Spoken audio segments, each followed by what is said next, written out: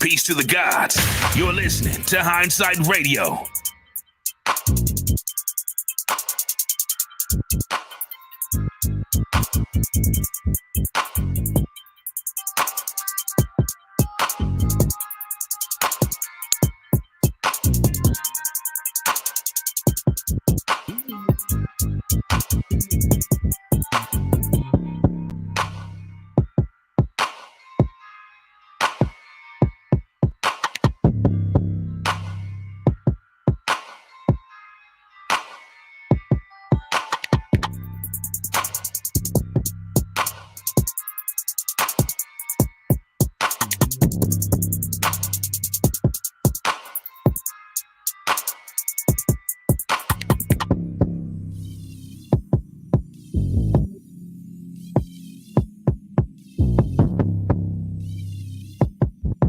Yo, what's up, y'all? This is Doug E. Fresh, and you're listening to Hindsight Radio. And when I'm doing commerce, I'm always tuned in to Hindsight Radio, the information station that's taking over the nation.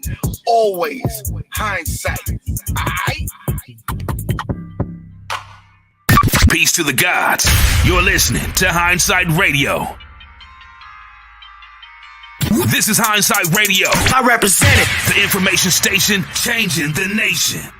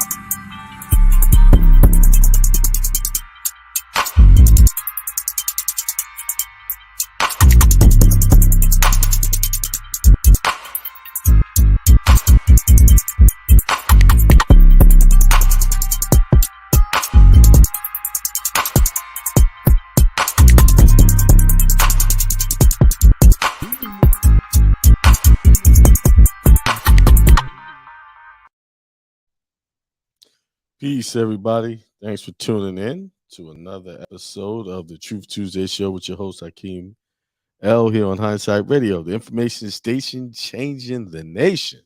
I hope everybody's doing great. I'm doing well. Family is doing good. Um, a lot of great things happening. Um, so I hope great things are happening for you too.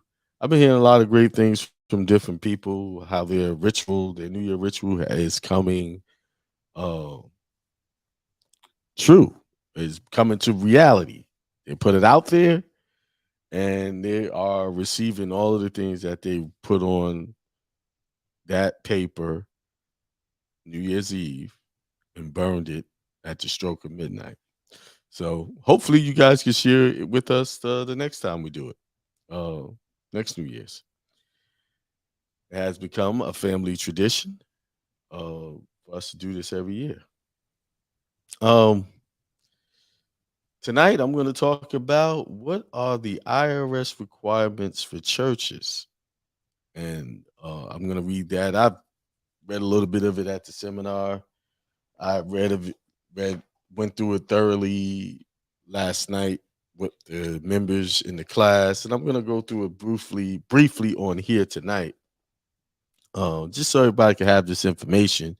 This is very important that you understand what your religious freedoms are and what you can do as a minister, as a church. If you want to set up a church, of course, I go into depth of how to connect all these things with your trust and things like that. Things that I have done. So let's see.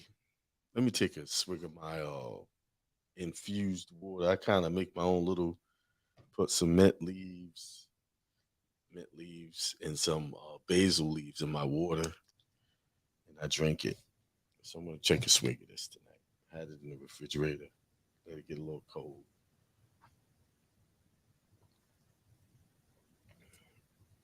Yeah, that tastes good. You put a little flavor in it. I drink a lot of water. I think I was telling you I was doing that 75 hard, drinking a gallon of water a day. Oh, man. After a while, my body got used to drinking all that water, but still just working out every day, twice a day, 45 minutes inside, 45 minutes outside. It could take a toll on your body. So I had to take a break. So I'm gonna have to start from day one when I get started back tomorrow. I did 5 days straight. I just said, you know what? Let me take a break. I'm gonna start it again. But it feels good. Um, Glad to see everybody on. Got Corinne on, uh Disciple Ministry, Asim Shabazz, who else? Who else? Alexa Moore piece, always in the house. Callie Carter in the house as well.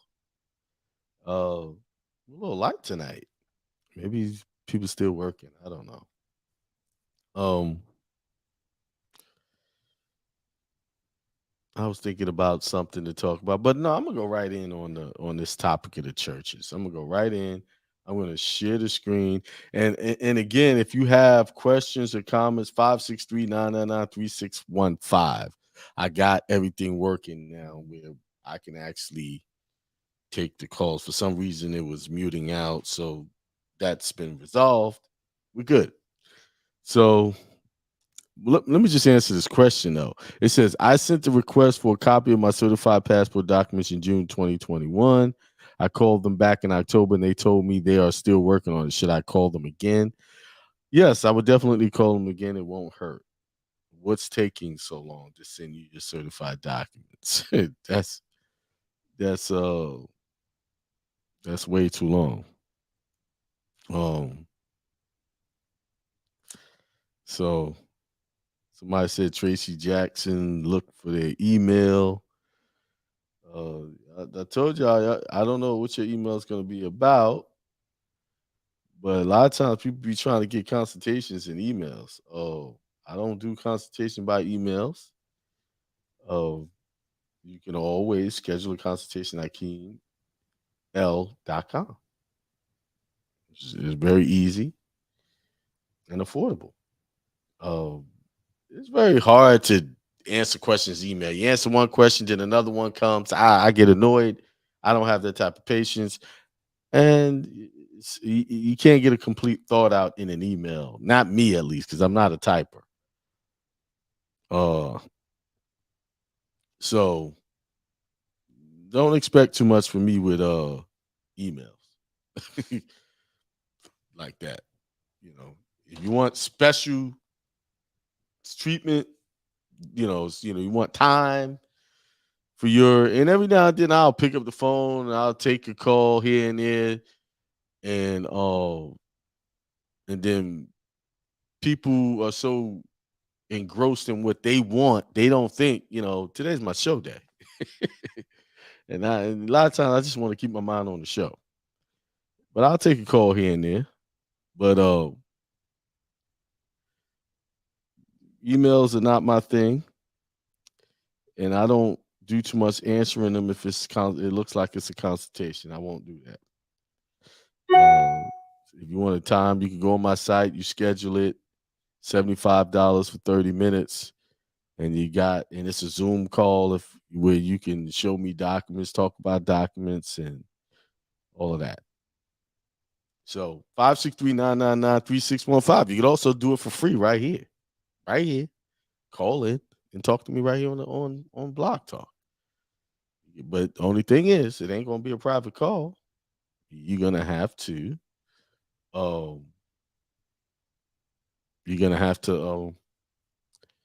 let everybody else hear your question. And that's the long and short of it. All right, so let's share this document. Which one I want to start with? Let me see. I have it all laid out. Let's start with these. What you hear a lot of people saying that you should set up your church as a 508. But I'm going to give y'all some clarity on the 508, 501c3, how it really should be interpreted. Although the 501A rule is where they show the exemptions, but let's see how the IRS will see a church. Under what code would they see a church? Because I'm going to read from their document that says it. So let's share screen, Chrome tab. Let's read this one. Let's start with this one. This is where everyone preaching about, church should be set up as a 508. You should be set up as a 508. I've heard that since I got into this movement. And in a way, that's correct, but in a way, it's not correct. Because the IRS looks at churches in a specific way, a specific light. So, and it tells you how they look at it in the document I'm going to read. So there you go. That's the document there. Let me give you full screen. You don't need to see me reading that. So let's go to the 508. It says 26 USC section 508 special rules with respect to section 501c3 organization. So they're saying there's special rules with respect to section 501c3 organizations. Special rules. So what they're saying is a group of entities with special rules under the 501c3. And here are the rules. So I'm showing you it's not really a church should be set up as a 508. No, it's not saying that. It's saying here's the special rules as related to these specific group of people or group of entities under the 501c3 organizations. That's what it says. See, people have this thing where they interpret things the way they want it to be, or they misinterpret it. It can happen. And I misinterpret it too, because why? It's just like when I did the passport process, I was misinterpreting stuff. Why did I do that? Because I listened to someone else interpret it for me, and I took that information and had a bias towards whatever I read. So whatever I read, I said, well, they were right, and I'm reading this, but it's saying something a little different here, But I'm just saying, oh, they're right. They know more than me because they've been around. That's my assumption. And that's not always true. When I became a barber, um, my assumption was if you were in the game of cutting hair for a long time, you were a great barber. And that wasn't true. Because you could be a barber for years and just be cutting hair all wrong. Why is that? It's the same reason. It's the reason why that could be true in the field of barbering is the same thing in this information. If you are a barber coming out of, let's just say you go to school and you're around nothing but students, so your level of expertise is going to be as high as the people you're surrounded by, right? So you leave school, you graduate, you go into a barber shop, but you go in there, your level of expertise is going to rise to the level of all of the barbers in that shop. So if all of those barbers are just average barbers and they do okay with hair cutting hair, and this is what happened to me when I started cutting hair. I went into a shop where these guys were okay. They were good enough to get paid and say that's a decent haircut. But when I left that barbershop and I went to a barbershop where there was guys on a whole nother level, I looked like I was a terrible barber compared to them. They charged more for one thing in that barbershop. And the customers, the type of clientele that was coming in there was willing to pay the difference because of the level of precision they were going to get in their haircut. So what did I have to do? I had to get my game up if I wanted to make money. That's how I eventually became on their level. So in this same game, if you're around someone teaching you this information and their knowledge is based off assumptions and misinterpretation, so your level of expertise is going to only rise as high as theirs. It wasn't until I separated from certain individuals, my level of expertise rose because now I'm reading.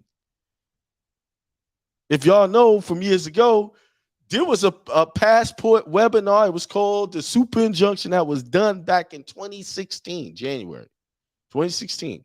And that was done and hardly anybody got their passport. Actually, nobody got it that way. No one. Actually, people got in trouble. A few people had problems. Some people had some legal problems out of that. But then once I took my mind off of what I was being told and how I was interpreting it and read it for myself, that's when the doors opened up. The light came on. That's why you have to study for yourself and read these things thoroughly. Now, I've read these rules millions of times. I've read these rules. And this is why you're going to always learn and be corrected throughout if you're a teacher and you're teaching anybody and you got a teacher that's saying that they know everything, then you got a bad teacher. That they have it all, they don't need anymore, you have a bad teacher. A good teacher knows when to correct his information and fix it. And this is why I'm doing this now. Because the light bulb went off. And it caused me to dig. And this is why I'm doing the show tonight. So 508 special rules with respect to section 501c3 organization. So they're saying all of those organizations in there's a special group just under that rule. So here we go. I'm gonna skip down to what I'm talking about. We're not gonna read all of this extra stuff. Let's do that. Because that can help put it into perspective. New organizations must notify secretary that they are applying for recognition of section 501c3 status. So they're saying new organizations, they want the tax exempt status, they have to let the secretary know. Notify the secretary. Except as provided in subsection C. An organization organized after October 9th, 1969, shall not be treated as an organization described in section 501c3. So they're saying in this 508, the people in any organization organized after October 9, 1969 shall not be treated as an organization described in Section 501c3. Unless it has given notice to the secretary in such manner as the secretary made by regulations prescribed that it is applying for recognition of such status.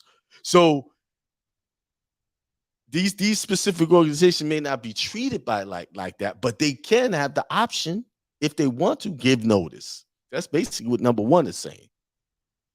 So for any period before the giving of such notice, if such notice is given after the time prescribed by the secretary by regulations for giving notice under this subsection. B, presumption that organizations are private foundations.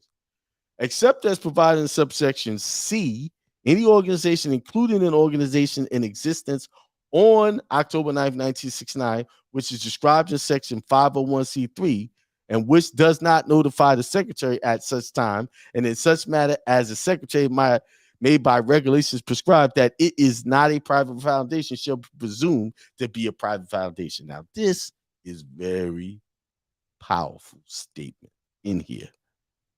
This B is very powerful. And I'll connect the dots as I go along. It says, except as provided, I'm reading again just for emphasis sake. Except as provided in subsection C, the subsection C I'm going to next.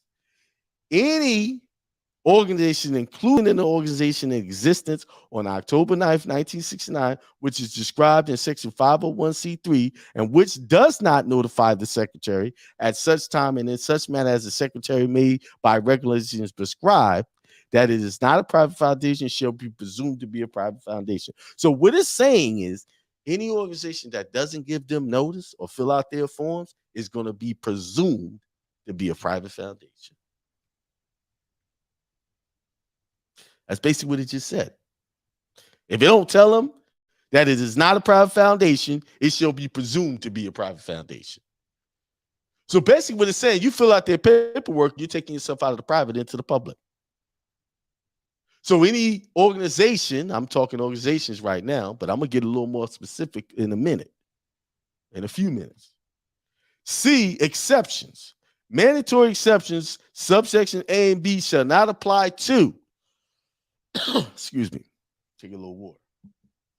Churches, their integrated auxiliaries, and conventions or associations of churches, or B, any organization which is not a private foundation as defined in section 509A, and the gross receipts of which is each taxable year are normally not more than $5,000. One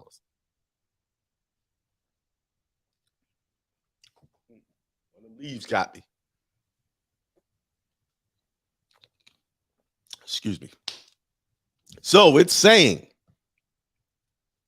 that churches, their integrated auxiliaries, and conventions or association of churches. So let's talk about churches first. Churches are accepted from doing any filing, right? They're integrated auxiliaries. So if you have a church and you are connected with other churches and y'all agree to be connected, then they fall into that category too.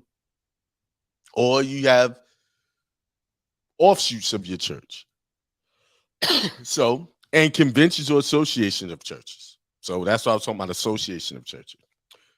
Or any organization which is not a private foundation. So if an organization who is not a private foundation, which has basically did this paperwork as defined in section 509A, and the gross receipts of which is each taxable year normally not more. So if they don't make more than $5,000 a year, then they're gonna be accepted from the rule as well.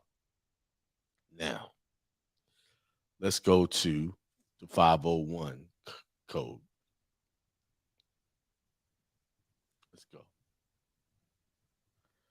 Let's go there. All right, share this. Home tab. Go here.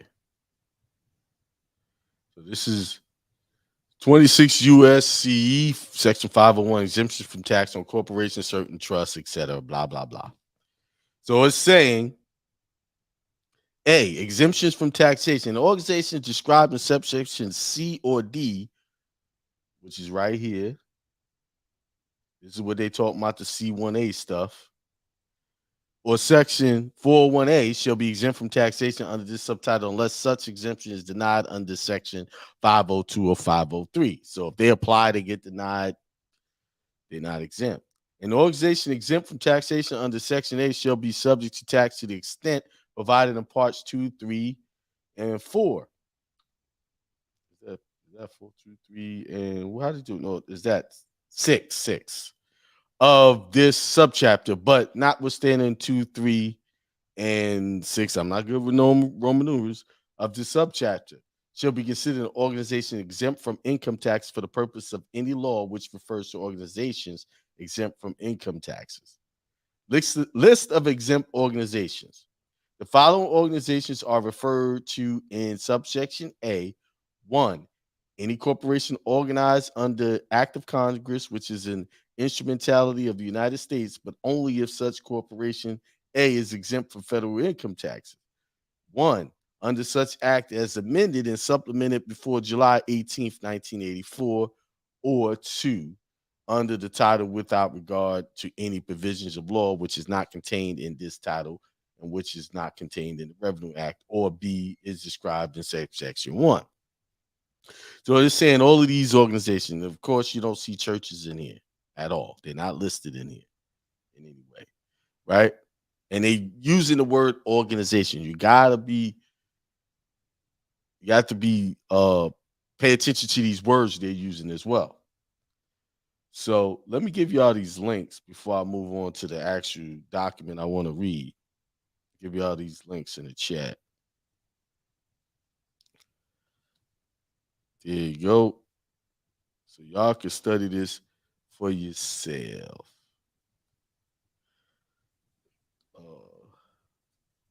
The links are here.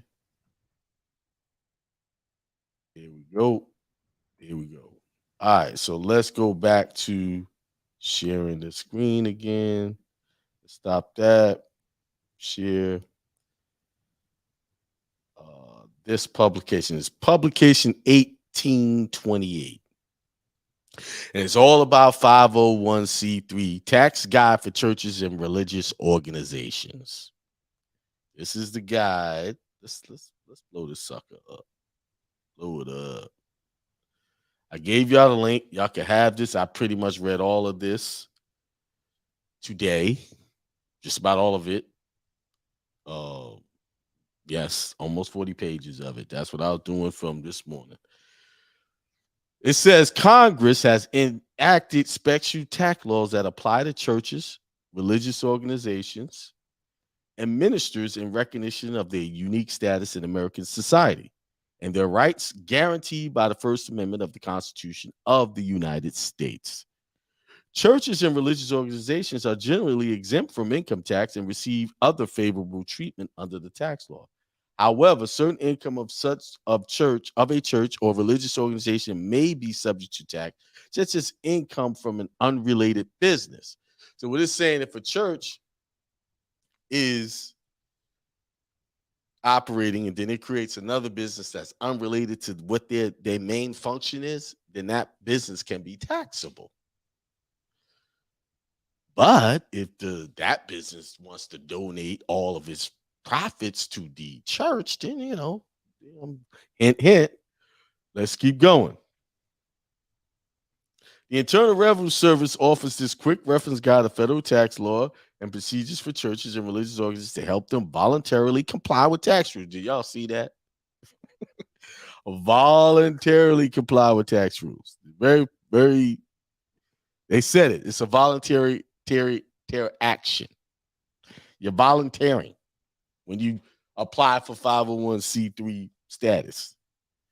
The contents of this publication reflect the IRS interpretation of tax laws enacted by Congress. So this is the IRS's interpretation. So this is how the IRS looks at churches. This is their interpretation. So Treasury regulations and court decisions. The information given is not comprehensive, however, and doesn't cover every situation. Thus, it isn't intended to replace the law or be the sole source of information. The resolution of any particular issue may depend on the specific facts and circumstances of a given taxpayer. In addition, this publication covers subjects on which a court may have made a decision more favorable to taxpayers than the interpretation by the IRS. Until these differing interpretations are resolved by higher court decisions or in some other way, this publication will present the interpretation of the IRS. They're being very clear. This is the IRS interpretation of different cases and situations that they have had experience with. For more detailed tax information, the IRS has assistance programs and tax information products for churches and religious organizations, as noted at the end of this publication. Most IRS publication and forms can be downloaded from the IRS website at irs.gov. Specialized information can be accessed through the Exempt Organizations website under the IRS Tax Exempt and Government Entities Division at www.irs.gov/EO or by calling EO Customers Account Services toll free at 877-829-5500. So Exempt Organization that's a place where you can go and research and see who's got a 501c status. Now, I'll tell you right now, any church that hasn't applied for it won't be on there, but doesn't mean that they're not tax exempt. That just means those are the people that chose to fill out the paperwork voluntarily, as I stated. So let's go on. Let's go to the contents of this so we could get to the meat of what I'm trying to say. Here it is. Introduction. This publication explains the benefits and the responsibilities under the federal tax system for churches and religious organizations. The term church is found, but not specifically defined in the Internal Revenue Code, IRC. The term is not used by all faiths. However, in an attempt to make this publication easy to read, we use it in its generic sense as a place of worship, including, for example, mosques and synagogues. With the exception of the special rules for church audits, the use of the term church throughout the publication also includes conventions and association of churches, as well as integrated auxiliaries of a church. So all of those, under their interpretation, how they see them, they are all churches. Synagogues, mosques, and other publications say temples. They're all churches. Because special tax rules apply to churches, it's important to distinguish churches from other religious organizations. Therefore, when this publication used the term religious organization, it isn't referring to churches or integrated auxiliaries. So you see how they specifically said religious organizations are not considered a church. So if you're calling yourself a religious organization, or the church you're going to is calling themselves a religious organization, they are not viewed by the IRS as like a church. They're going to be treated differently. Religious organizations that are not churches typically include non-denominational ministries, interdenominational, and incommunicable organizations, other entities whose principal purpose is the study or advancement of religion. Wow. So they're saying those who are just the advancement of religion, those are religious organizations. See, my church is an advancement of what? I just use the scripture. I'll use the scripture to tell you what it says.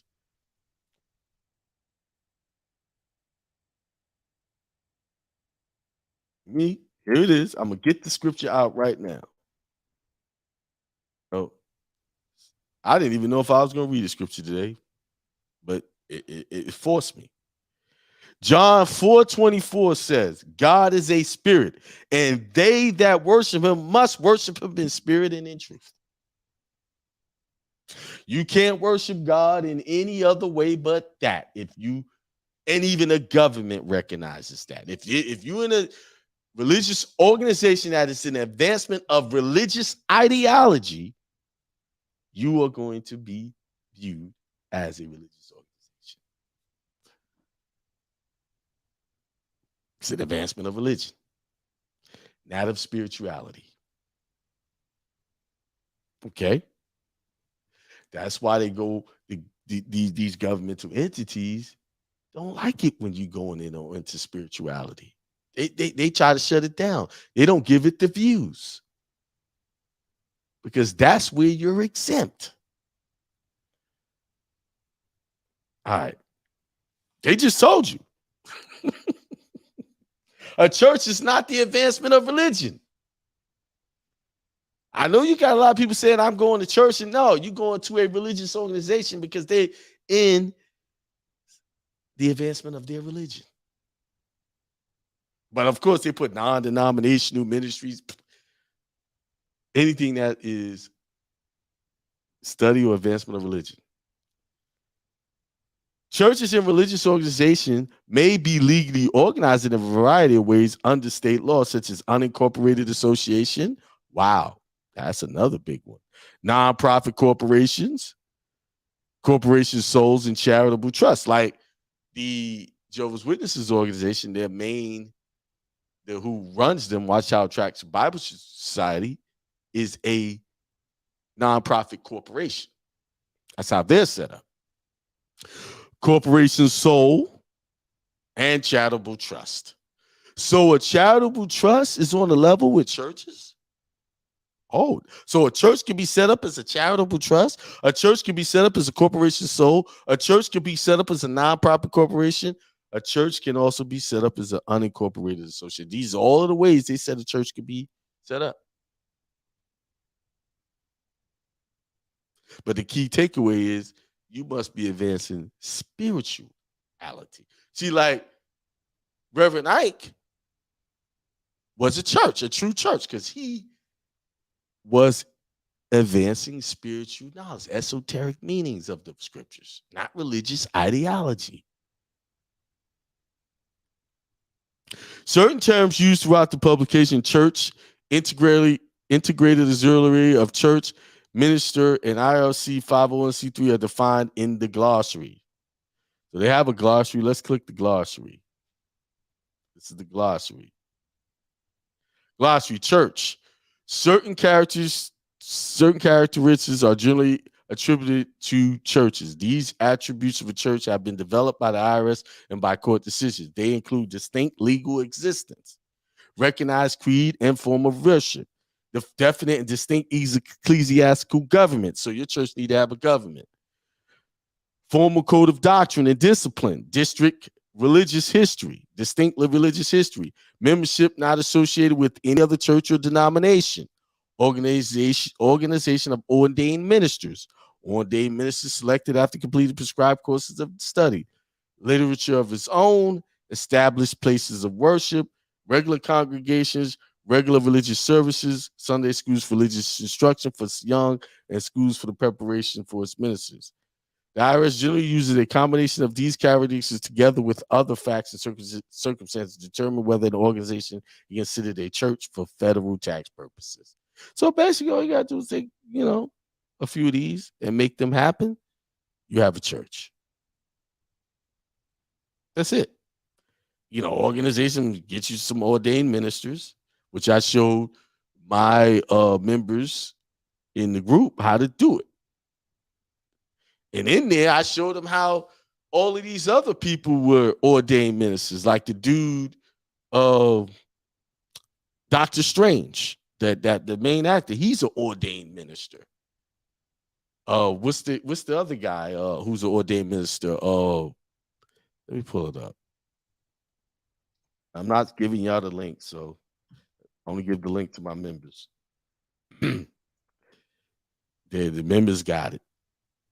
Conan O'Brien, Stephen Colbert, Benedict Cumberbatch, that's the guy who's Dr. Strange, Dwayne Johnson, Richard Branson, Lady Gaga, Sir Paul McCartney, and Sir Ian McKellen. All are ordained ministers. Why? When did you know Dwayne Johnson? What is he being an ordained minister for? There must be some benefit to this thing. I don't see him preaching about nothing. Or maybe his career, maybe his life, how he, because I follow him on Instagram and he does a lot of motivational things on there. Like he works out, he says some motivation. That's a ministry. He's in the advancement of spirituality.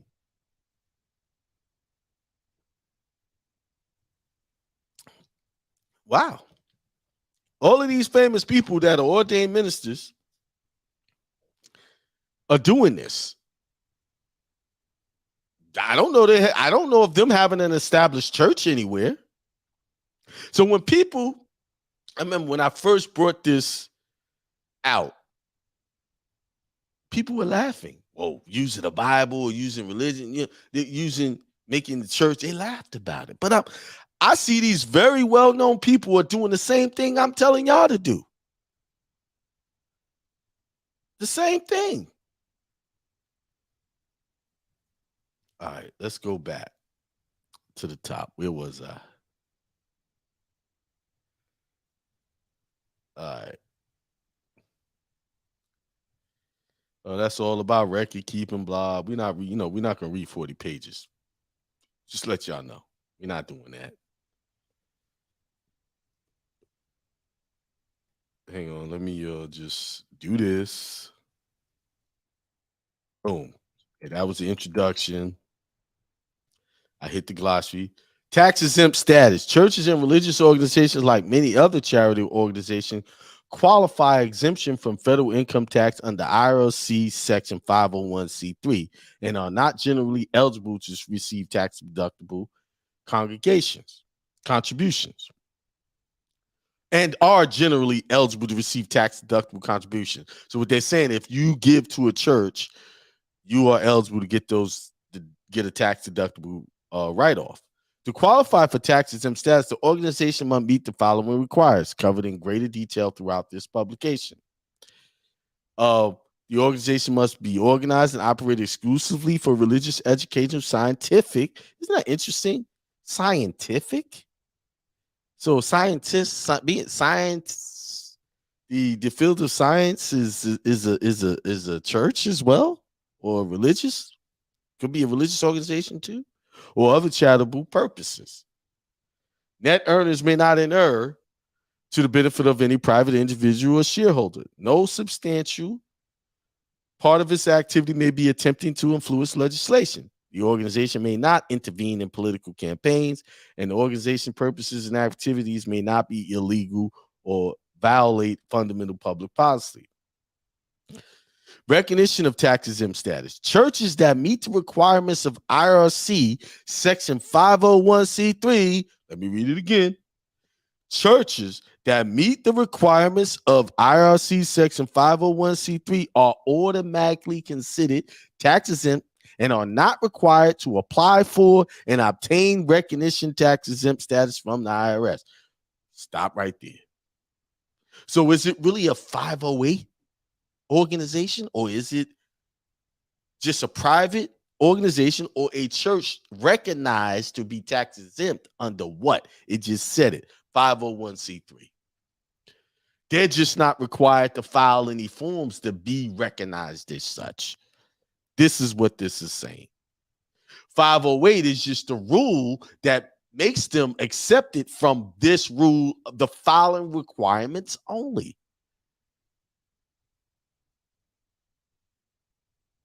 But that church still, why would you have a church and want to be involved in politics? Your job is to deal in spirituality. I care nothing about politics. My job is to deal in the spiritual well-being of the people that follow or become members of my church. That's my job. Although there is no requirement to do so, many churches seek recognition of tax exempt status from the IRS because this recognition assures church leaders, members, and contributors that the church is recognized as exempt and qualifies for related tax benefits. So most churches do it because they want some type of certification to say that they are tax exempt. People want to be able to look them up. So they take themselves out of the private and put themselves in the public. And so that now that once they fill out that paperwork, they got filing requirements from then on out. They move from church to religious organization.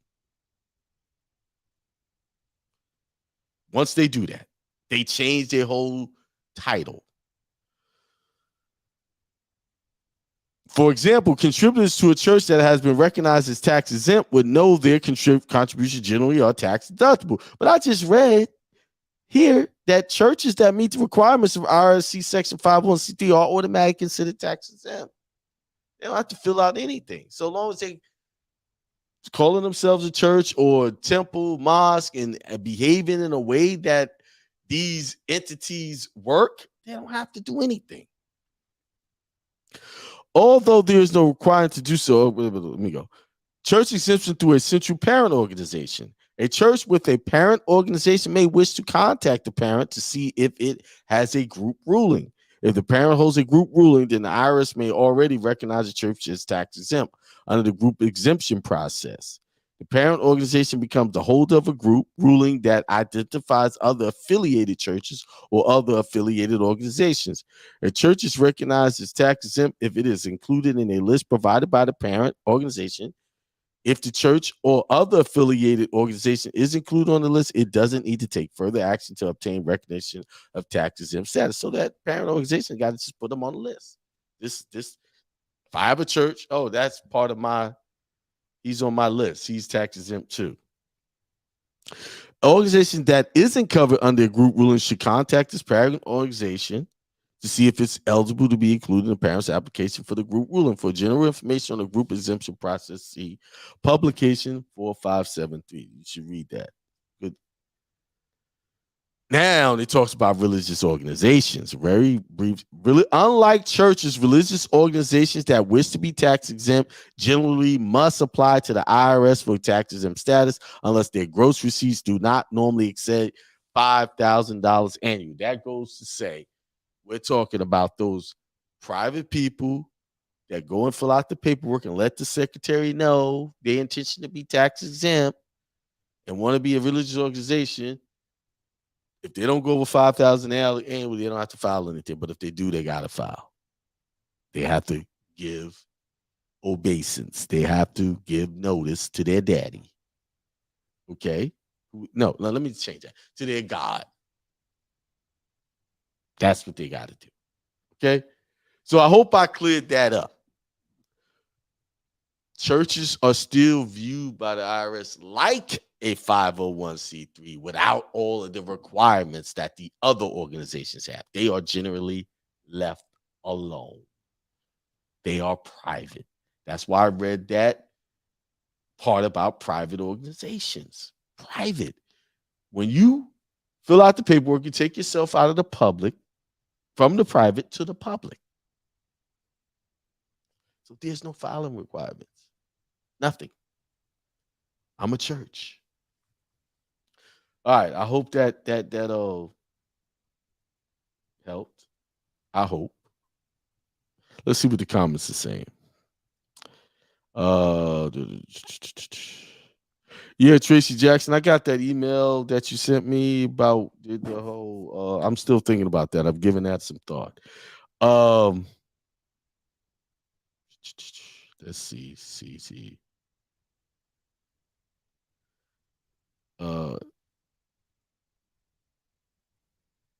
Yeah. Thanks, Tracy Jackson. Yeah, that you got an appealing offer, Tracy Jackson. I just let's have a conversation about it sometime this week, and we can go in on that. The Mormons are set up as a corporation, so yes, they are. Yes, they are. Jehovah's Witnesses is set up as a nonprofit corporation, but they have a governing body, so there's no one. Is there a president? It might be. If I can remember, I gotta look that up. Yeah, there it is. So all this, you gotta set yourself as a 508. No, there is no such thing as setting up as a 508. It's setting up as a church, and the IRS should just say, we're gonna use the 501c3 rules on them, but these people are not to be touched or bothered unless they start interfering in public affairs. Now, you want to get in our business? We're going to get in yours. That's simple. Now, I didn't make this up. I read it directly from their rules. It came out of the horse's mouth. how churches are viewed. And if you are in the advancement of religious ideology, guess what? You're a religious organization. So therefore, you're going to be treated just like any other public organization. But if you're in the advancement of spirituality, there you go. Can't touch this. All right. That's what's his name? Who's saying that? Who rapped that? He's on the tip of my head. What, MC Hammer? Yeah. Can't touch this. This is why it's very important to know what you can do, how you can roll without static from these people. Let's see who I got Blog Talk up. Let's see. Somebody got their hand up early. Let's see what they want to talk about. Let's see. Let's open this mic up. Open it up. Oh, hang on. I'm gonna have to close this mic and open this one. Unmuted. All right, 407-663. I see your hand up there. What's up? Peace. Hello. Can you hear me? Hello. Hello. You got something to say, brother? Yeah, I can hear you. I can't hear you. He said he can't hear me. Wait, you know what? I got my. There you go. How's that? I got some echo. I gotta figure this out. Oh, there you go. All right. How's that? Better? Hang on here. How do I get rid of this echo? Can you hear that echo? Yes. Hey, hang on. Let me fix it.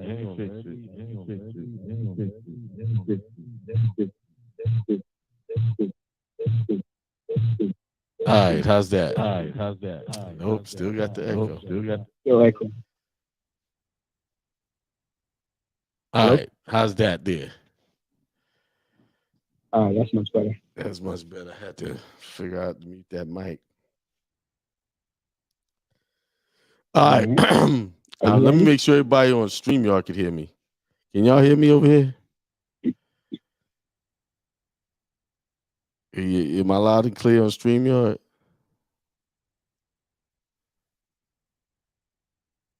On YouTube? I'm waiting for somebody to give me some feedback. Now I got this fixed. I haven't used it. Oh, they can hear. They said they can hear great. Good. All right.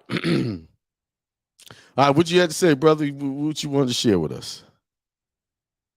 Greetings to everybody who's listening. So my question is about the birth certificate.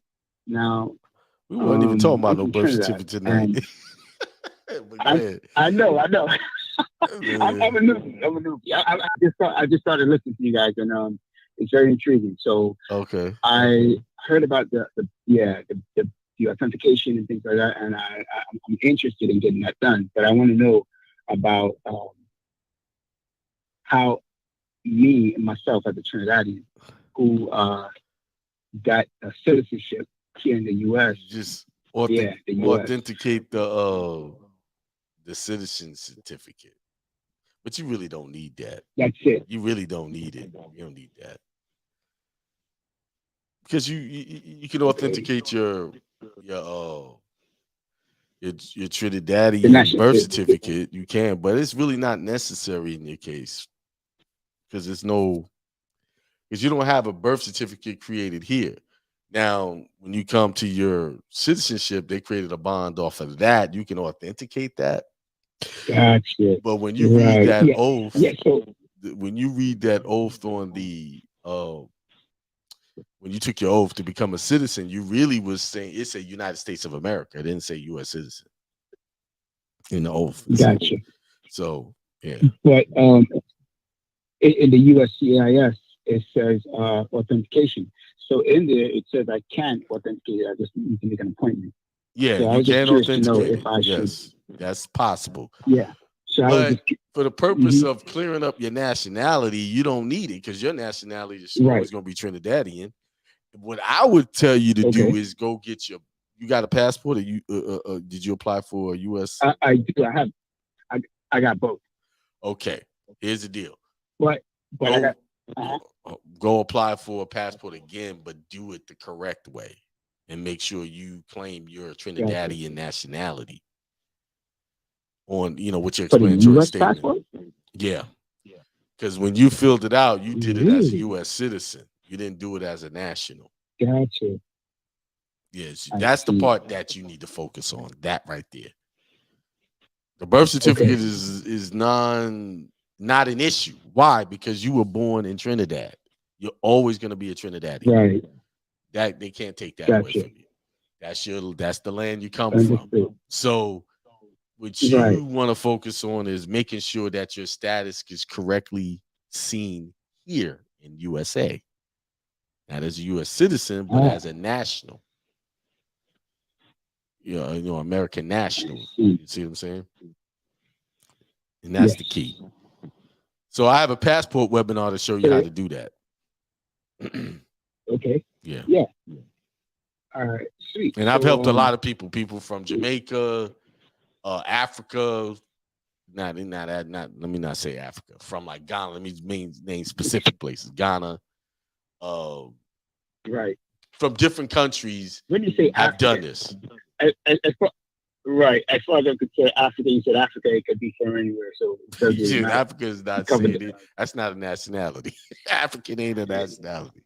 Nationality, if you tell me you're Yeah, Libyan, well, yeah, you know what? Somalian, Yeah, right. Yeah. But it's sort of like an umbrella for those different countries. Yeah, That's what I say. But it's a, anyway, it's that's a either way. generalization for a group of people that come from Right. specific places, Indeed. Absolutely. Mm-hmm. So yeah, I appreciate that, man. Thank you so much, and you guys keep up the good work. All right, no problem. Thank you. All right. Anybody else want to get on? Anybody else want to get on and share their So the number is 563-999-3615, 563-999-3615. Israel. Yeah.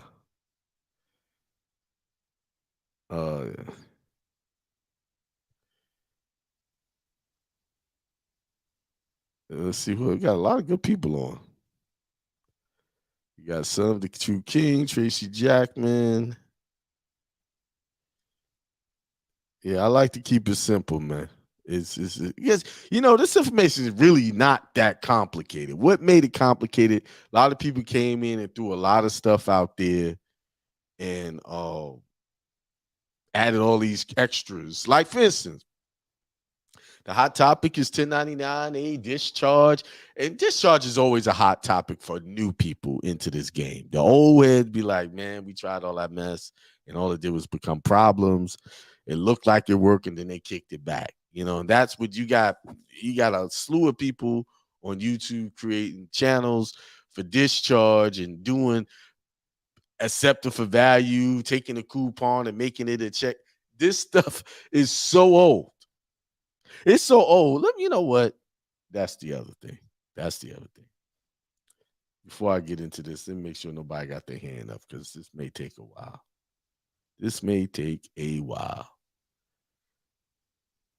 Let me tell y'all. Let me show y'all how old this stuff is. And this document is even older. The information in the document is old, but it's even older than that. It's the stuff they're talking about in the document is older than that. To show you how 1099 doing all that crap, it's just been around. And the FBI and all of them, they're well aware of it. They've been aware of it. So all those folks think they're getting into the game and they're doing something new. You're not doing anything new. You're just following the pattern of all the other people that came before you that they will eventually mess with. Maybe, maybe not. They may not mess with you. Depends on how serious you are about it.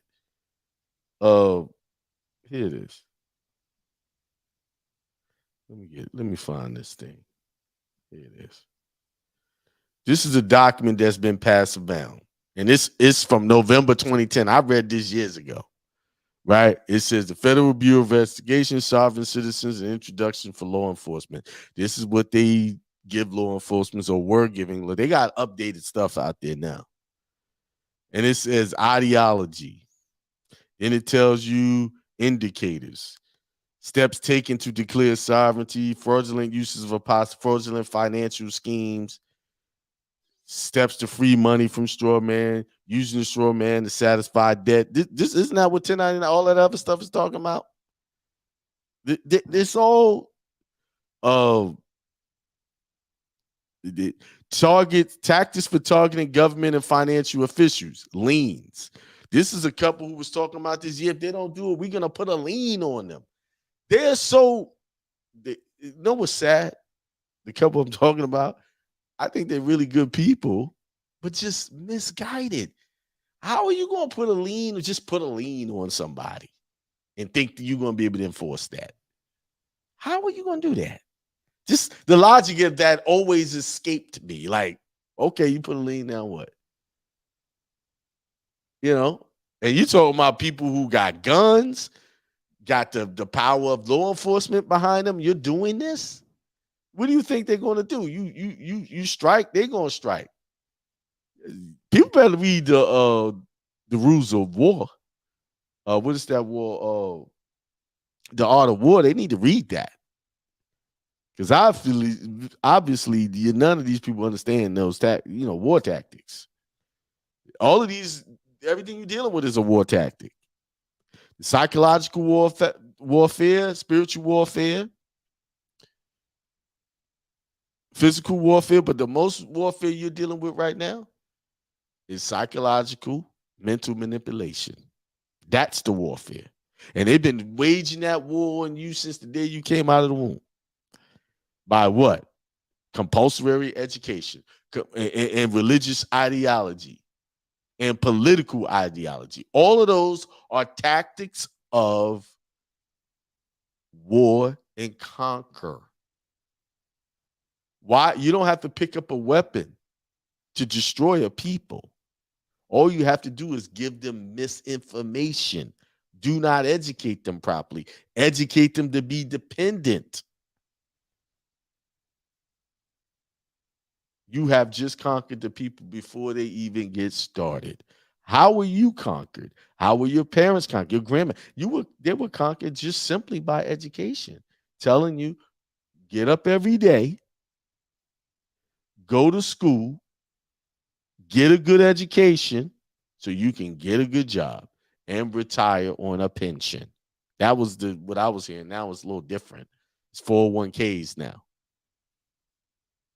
That's what you've been preached to every day. That's the warfare. No one told you, hey, wait a minute, I don't want to do this. I could do my own business. I could create something that people will enjoy, that I'm passionate about and love and do every day. No, you were trained to do something you don't love every day. You were trained and programmed to fight, scratch, and survive. Good times, that's what you were programmed for. What do they mean by good times? Good times for them to make money off you through high interest loans. See, that's how you were programmed. That's warfare. Now, with all of that warfare going on, you think you're going to put a lien on these people and win? It's a waste of time, y'all. Here it is. Sovereign citizens believe the government is operating outside its jurisdiction and generally do not recognize federal, state, local laws. They subscribe to a number of conspiracy theories, including prevalent theory, which states the United States government, USC, became bankrupt and began using citizens as collateral in trade agreements with foreign governments. See, let me interpret this here. Are they using people as collateral? No, they're using paper, bonds as collateral. It's not the actual individual. It's the bond that was created through a birth certificate, through a driver's license. Those are, they use those. They bundle those. They use it at the ignorance of whoever signs up to get it or do it. Boom. Because what happens is they're already pre-programmed into the system how much your output is going to be to help benefit this system based on your lifetime, what your life expectancy is, based on how much work you're going to do and how much tax revenue you're going to generate. That's why the first thing they do is hand you fill out the birth certificate and fill out a social security card. You don't have to be a sovereign citizen to understand that. But what makes them recognize people as sovereign citizens is these little tactics, like sending the 1099A in to buy houses and do all this other stuff. Sovereign citizens are known to travel the country conducting training seminars on debt elimination schemes. The seminars focus on obtaining funds from secret straw man account using legitimate IRS forms, aka 1099As. This is from 2010. This is old. Somebody sent me this last week, and I reminded them, hey, I saw this before. In here, it even shows you. Let me show you how all that stuff people are doing is not new. Here it is. Documentation may be mailed and addressed to Secretary of Treasury, Department of the Trust Company. Documentation includes an apostille number. Documents contain the phrase accepted for value. Documents are notarized, even if not required. International postal rates is applied, even for domestic mailings. All paperwork will be mailed using registered mail. Huh? It's all name written in legal capitals. Yes, all that stuff does have a meaning. But I'm saying the very people that you have problems with, they are well aware. They are very schooled in the art of war. They have it down to a science.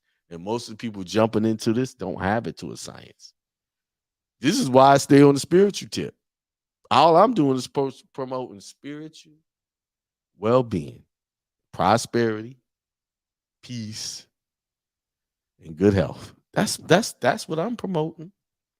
And with that, I'm showing you how to do your certain paperwork a certain way. Do y'all know if I ever deal with a court case, it doesn't look anything like none of this stuff is saying. It looks similar to what their stuff looks, almost looks identical, except for little subtle changes that gets me results. That's it.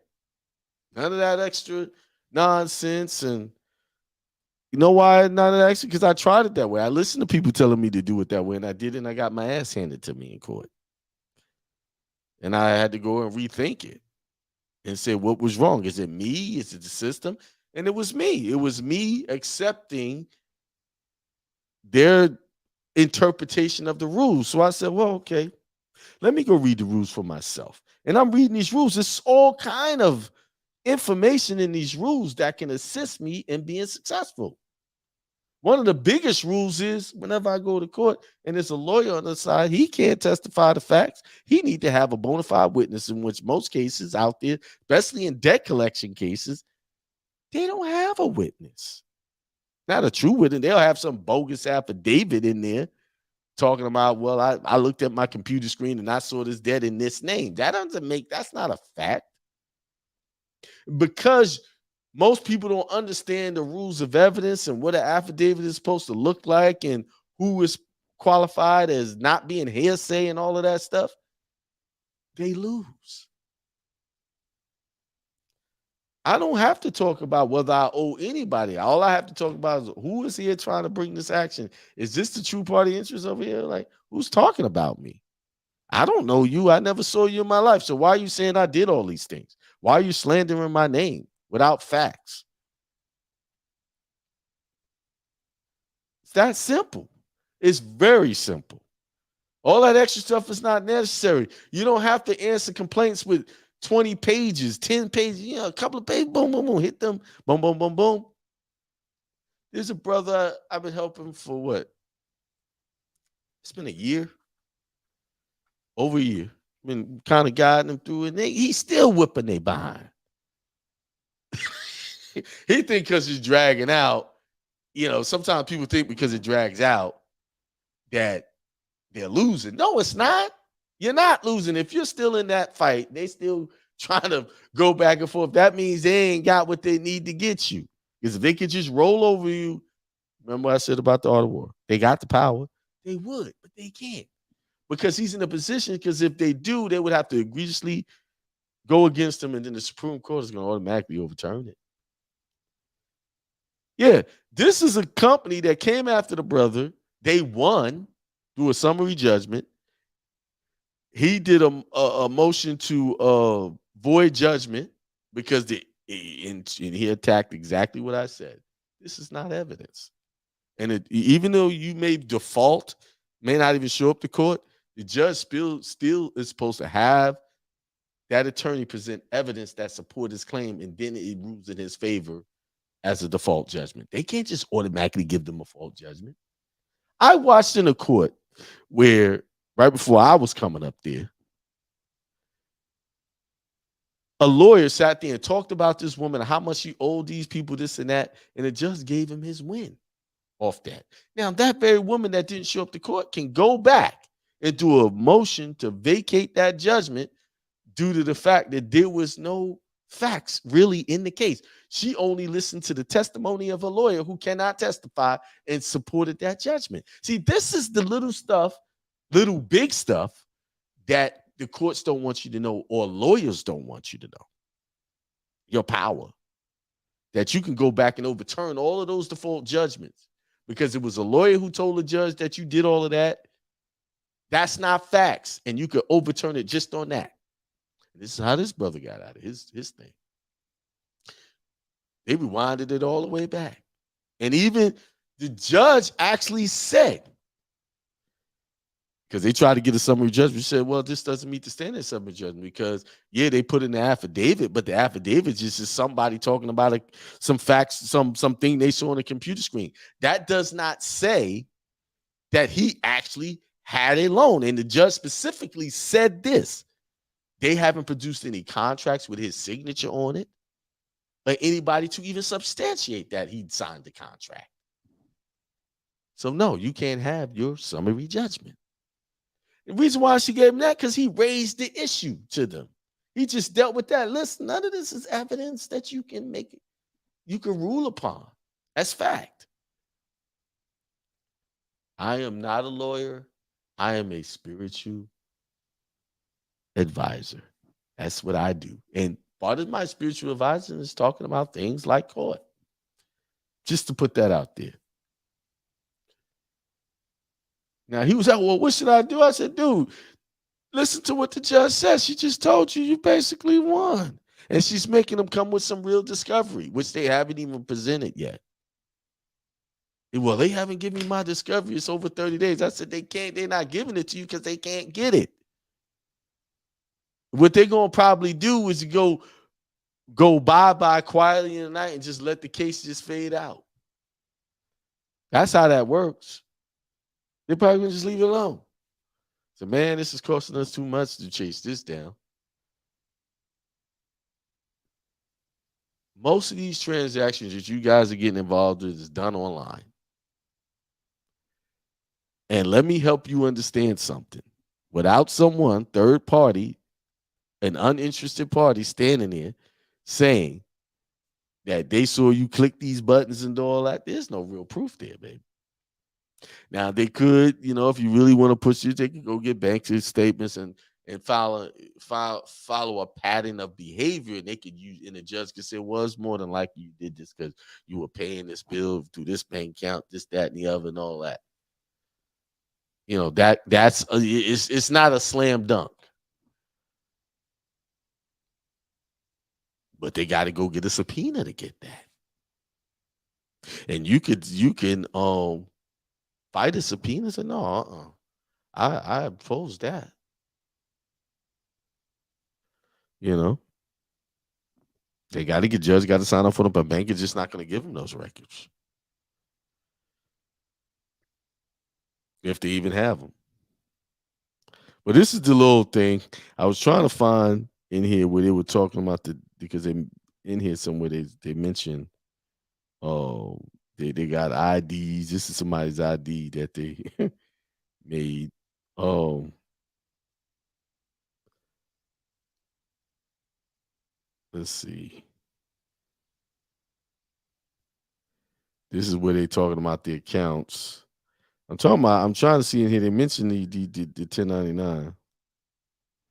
Use U.S. Treasury Direct account. This is not notified Treasury Department of any intent to use their Treasury Direct account.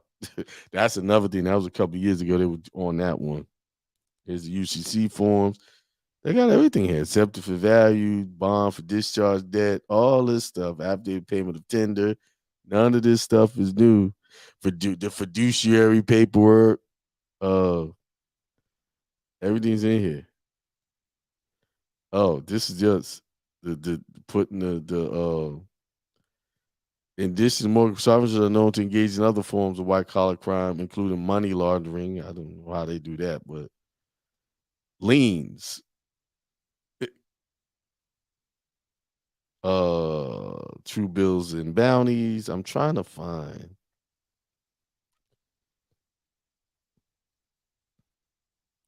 I can't find it. It's a long document.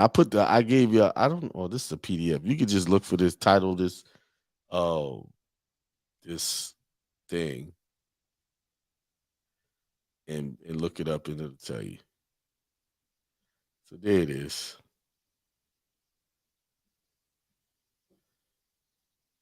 There you go. Let me stop the screen. It's 8:28, y'all. Let's see, man. Is somebody else who want to get on? Nope. Nope. Oh, yeah, it is. This is somebody. 901-308. 901-308. Peace. Okay, can you hear me? Yeah, I can hear you. Can you hear me? Yes. Okay, how you doing, my brother? Yeah, I can hear you. Yeah, I'm doing good. How are you? Hey. Okay. All right. Well, I'm navigating. I want to make sure that I have a lot of background noise. But, pretty good. You sound good. Just recently, I caught wind of. Okay. Just recently, I caught wind of a few YouTube videos you did concerning 1099A, right? Yeah. And it kind of ties into what you've been talking about for the last few weeks, and even now. Mm-hmm. But one of the main things, because I was actually getting ready to implement a 1099A process, but it was from not trying to buy anything, not trying to buy any cars or houses, anything like that. There was this brother, I won't mention his name. He talks about how you can 1099A your bank account, 1099A your wages, and all that. So I'm like you. I don't know about wages, but bank accounts. Go ahead. Yeah, well, I can go along with that, right? Because I have found some information that does correlate with that. But his premise was that everything in the public is coming out of the state trust, right? Mm-hmm. So the reason why the reason why you can 1099A these things, your wage and so on and so forth, because he was saying that when you're, have you heard the statement when people say when you go to work, you actually paying yourself? Have you heard that before? I've heard that. Okay. Yeah, I'm asking. I've heard it. Okay. I'm sorry, I didn't hear you. Okay, so that's predicated upon, your employee goes into your estate account and pulls money over to the public. And so therefore that has to be returned back to the source. Okay. That makes sense. Okay, wait. Let me slow you down right there. It makes sense, but how do you prove it? Okay. That's my point. That's what I was going to ask you. Right. How do you prove that? I have not found any legal source that says or that proves that, hey, these people went into my estate account and pulled money out, and therefore I can make a claim on it. Let me tell you what I did this year. Mm-hmm. Last year, for the past few years, I had been filing my own income taxes, right? I was really delinquent a few years. So we have what we call free tax shelters here. So I figured I'd take advantage of, some of the tax credits and whatnot that I wasn't aware of. So I took it down to a tax professional. I let them figure it out, and I was able to get some money back. I was surprised because I still have some child support issues. Child support, anything that you have coming back, child support we get. But they didn't get my last two economic payment checks. So anyway, my intention was to look at the paperwork that the tax professional filled out, and I was going to study it and see, what kind of credits I was going to be able to take. So long story short, so this year I was going to send my tax documents. I was going to claim my income wages with 1099-A, but I was going to do it through a tax professional, through the highest tax professional with IRS, which is EA, right, or enrolled agent. So I called this particular agent, and I specifically explained to her what my intention was. I told her I wanted to do file 1099-A on my bank account. I want to file a 1099-A on my wages, and I explained to her the basis of why I said that. I told her that it's coming out, my private estate and all that. And she, and one thing she said to me, she said, well, I have other businesses other than this tax business, and when I pay my employees, I don't go into their account, their private account, and put the money out. She said it's called retained earnings. So the light bulb went off. So if I'm gonna make the claim that my employer went to my private estate and pulled money out into the public, I should be able to prove that. There should be some type of code, law, rule, or regulation that says that this is what is actually happening.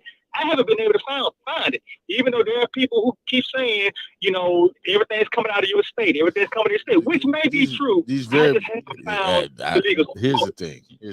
I gotta cut it short for time. Here's the thing. Okay. Whenever you're listening to anybody that tells you what you can and can't do to any procedure, the first thing you need to ask them, well, show me how what you're telling me is happening and how it's benefiting your life. And 100% of the time, you're going to get some excuse that, I'm still fighting. Even the people that's doing YouTube channels on this stuff are telling you they're fighting to get it. Now, I've seen a couple of them saying they had some testimonies, but them themselves don't have a testimony. They're the ones teaching it, but the people they're teaching is getting testimony. That's kind of odd to me, right? Right. Because what people like to belong to stuff. So they'll come in, yeah, I did this and it worked, and here's this. And yes, you could send an A4V coupon in to them, and I've seen where they have credited the account, but guess what happens after a few weeks?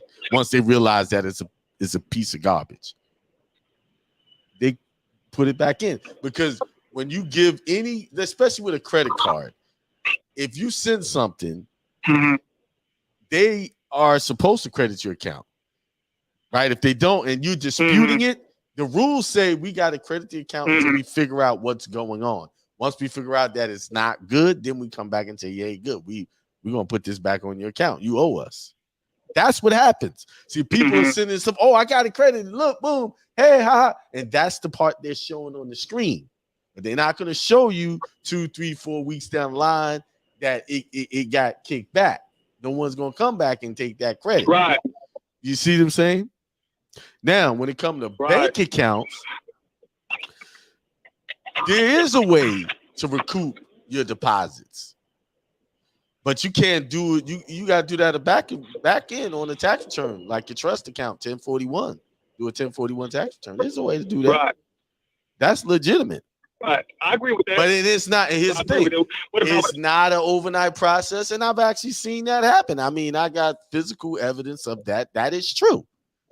But the way you're seeing it on YouTube and all of that, that's all junk and frivolous stuff that's going to get you problems.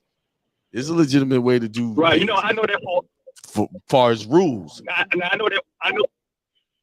And I know what it you're don't saying just take a for a fact, but 1099A either. It's other forms and processes. It's a system. This is a system. So they have a system and rules to follow. Here's the problem with these 1099 processes. 1099s have a very specific rule of when these things need to go out. You don't just send these out throughout the year. Right. Throughout the year, you just doing these forms That's frivolously and just putting any old amount on there. There has to be a legitimate cause Mm-hmm. to fill this form out.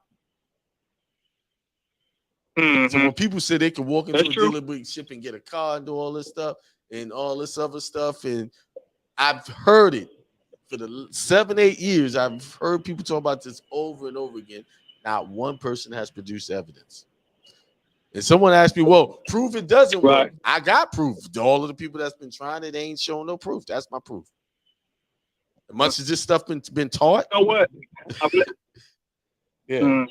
You know? Well, you know what? I'm glad you mentioned it because I just read 5 court cases in the last 2 days about actual proof that it doesn't work. Right? Now, what kind of court case you talking about? Was it criminal, civil? United. It was civil. Okay.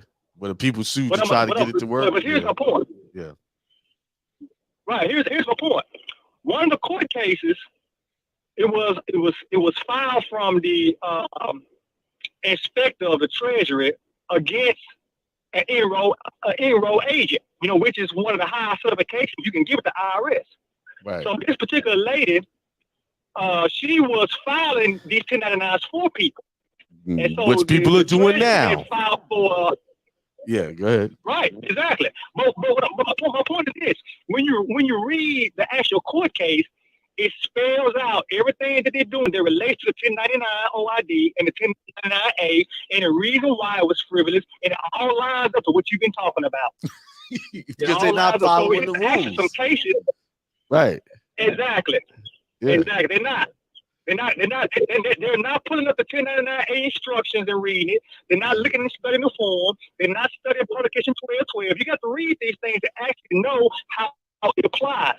And, right. And what you said about sending me in through the year, I actually talked to our IRS agent and asked us particularly when can I send in the 1099As, because the deadline is January 31st. Yes. When you send them to somebody else. So I told her, I said, well, I need to send some, but I'm way past the deadline.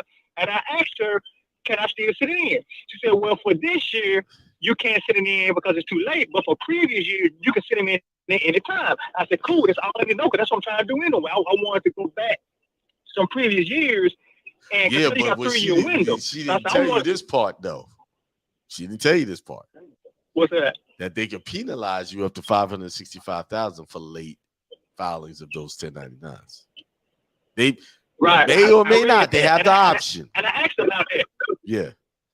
I asked about that because I said the reason why I'm asking about this sending these 1099s is because I don't want to encourage any frivolous filing. She just kind of skated over that, but I just wanted to make sure I threw it out there so she can understand where I was coming from. But I don't want to, incur any fees and the penalties and all that. So I asked specifically.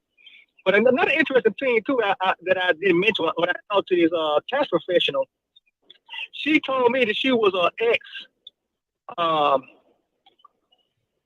Federal Reserve banker, and she really kind of gave me some. Yeah, she really kind of gave me some tidbits. How everybody was talking about. They got this treasury account with the treasury and all that. And she was like, no, individuals don't have individual accounts with the Treasury. Now, there are accounts there, but U.S. citizens don't have those accounts. They're not the owners of the account. They're not even, you can say they're beneficiaries of the account, but, you have to do certain things to qualify for the beneficial benefits of those accounts, if you will. But people trying to is that what you're saying? Is that what she said? No, that's what she told me. Okay. Because I asked her specifically when I was explaining to her what I was trying to do with 1099A, and I was telling her that I had an account I knew that I didn't have an account, but the way it came out, it sounded like as if I was saying I had an account. I said, no, that's not what I'm saying. Now, let me rephrase what I'm saying. That there is an account. It's not mine, but there is an account there. But it's a way that you have to link into it, right? And what a lot of people make a mistake is that they're trying to go in and do these things as U.S. citizens, and you can't be a U.S. citizen trying to tap into the private side of the account. They're just going by the wrong way. So she didn't really tell me much because they have a code to where they really not going to divulge those things to you. But if you talk to them and tell them certain things and they know they kind of tell you some things. So that's kind of how it was. She didn't really give me a whole lot, but she did tell me that your job may or may not necessarily. She didn't say they didn't. She just gave an example that she didn't go over to the private, the federal window and pull money over to, the public side. But she was just saying, she, get hers from retained earnings. And that's another thing too. And I know she ain't lying because Pastor Tony King talked about that too. He was saying that some of these popular stores, enough. They don't have a stick. I don't talk about Tony King on this show. Okay, all right. We don't talk about that. Yeah. I never talk about that. And actually, he's the father of all of this information. He's the one who put all that stuff out there. Exactly. But ask me, how many of his followers actually got remedy through those processes? I don't know anybody. Well, okay. I don't know anybody. All right. But okay. Yeah. All I got. Let me ask you one question. Did you have a person? No, I just want to ask you. Did you have a person that studied his teachings for yourself, or you just kind of got I never had access to his teachings. I had access to only recordings, and okay. So I don't. First of all, I wouldn't even go looking at it for what, because I don't know. I know a lot of people that learned that stuff, but I also know they didn't get anything from it. So why am I spending my time over there learning that stuff? For what? Right. Wow, that's like a desert. Well, I'm going to a desert with no water. It's a waste of time. Now I'm gonna have to cut this call short because I'm gonna be frank with you. You seem like you want to chase down this 1099A. You can go chase it down, but I'm gonna tell you. And here's my warning to you. You bark up the wrong tree. This is what I tell people. Three things can happen to you with this. Nothing happens. That's cool. You do it, nothing happens. Second thing, nothing happens, frivolous filings. And they usually go for 3 times the amount you tried to get. 3, nothing happens, frivolous filings plus criminal charges. So those are the 3 roads you go in when you start messing with that life. That's what happens. So you can go ahead. I heard you talking, but I see you really want to go after that and chase down the 1099A and do it, do this thing. But go ahead. You can do it. You're welcome. Right. Well, you are exactly right, but I'm in alignment with how you talking about doing it. It's on the back. I'm aware of the process. That's why. But I would have said the reason why I brought up about the estate, because this pretty much the backdrop of really how it all ties in. I don't want to even talk about that. You trying to teach people about the back end. I don't want to get into all of that.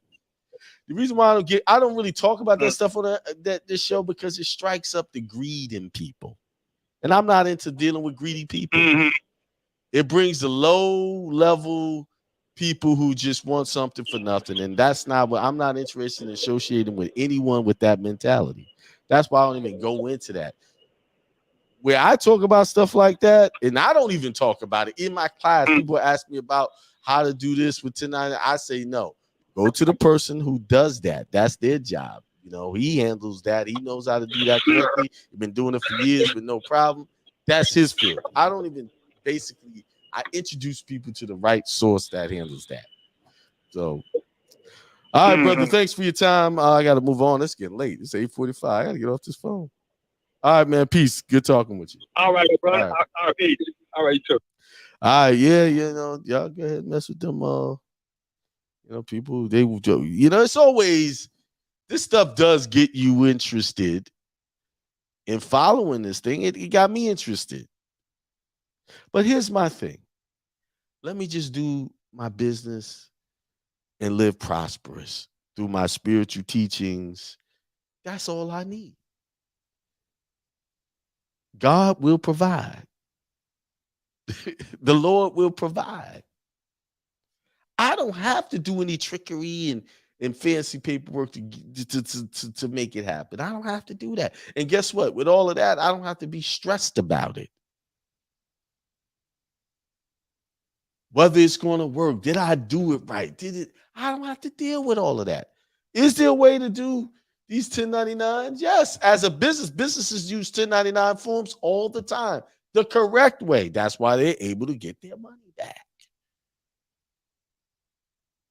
That's why they're able to get credits. So if you're operating in commerce and doing business, yes, you can do 1099s all you want. All you want.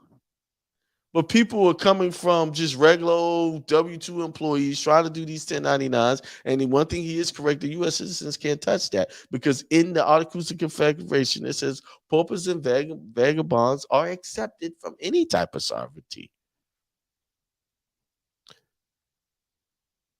And when you're living off the government's titty, you're accepted. U.S. citizens are the debtors, responsible for the debt. That's why you got to do all the things they say today if you're a U.S. citizen. You know, there's a difference. I follow the rules. The rules of the 1040 form said this for U.S. citizens, non-resident aliens. That's the rules say. So if I'm a U.S. citizen, then I have to do it. If I'm not, I don't have to do it. Simple. All right, y'all. Another good show. Thanks for tuning in. Thanks for all the people that called in and wanted to talk. Max said his lies getting bigger. Oh, Max, man, take it easy on the brother. I mean, he talked to this person.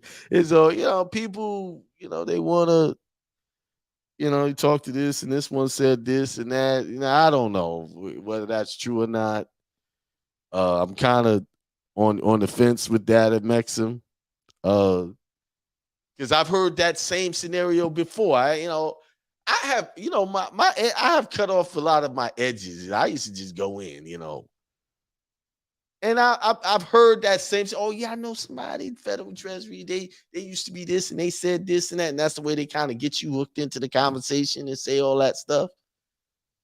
Come on, man. This is not a slow leak. Okay. I let people just say whatever in the crowd here. Maxim picked right up on it. It's always he ain't the first one to come on and say they know someone who said this to support their 1099A claims and of getting stuff. But here's the thing. Now, one time did he say he was successful. So here I am, heavyweight champion of the world. No one has taken me down and proven that I'm wrong about this thing. No one has come to me, Akeem, you should stop talking about this. You should stop hitting on our techniques because here it is. Here's my proof.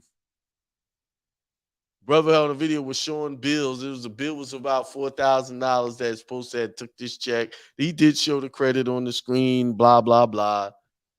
But I've seen those credits on the screen, and those credits get raced in a few weeks once they figure out that the document that was submitted is a bunch of bull. None of that stuff's new. None of it. And turning the thing into a coupon and all this and writing sideways, putting stamps and all that. None of it's new. None of it.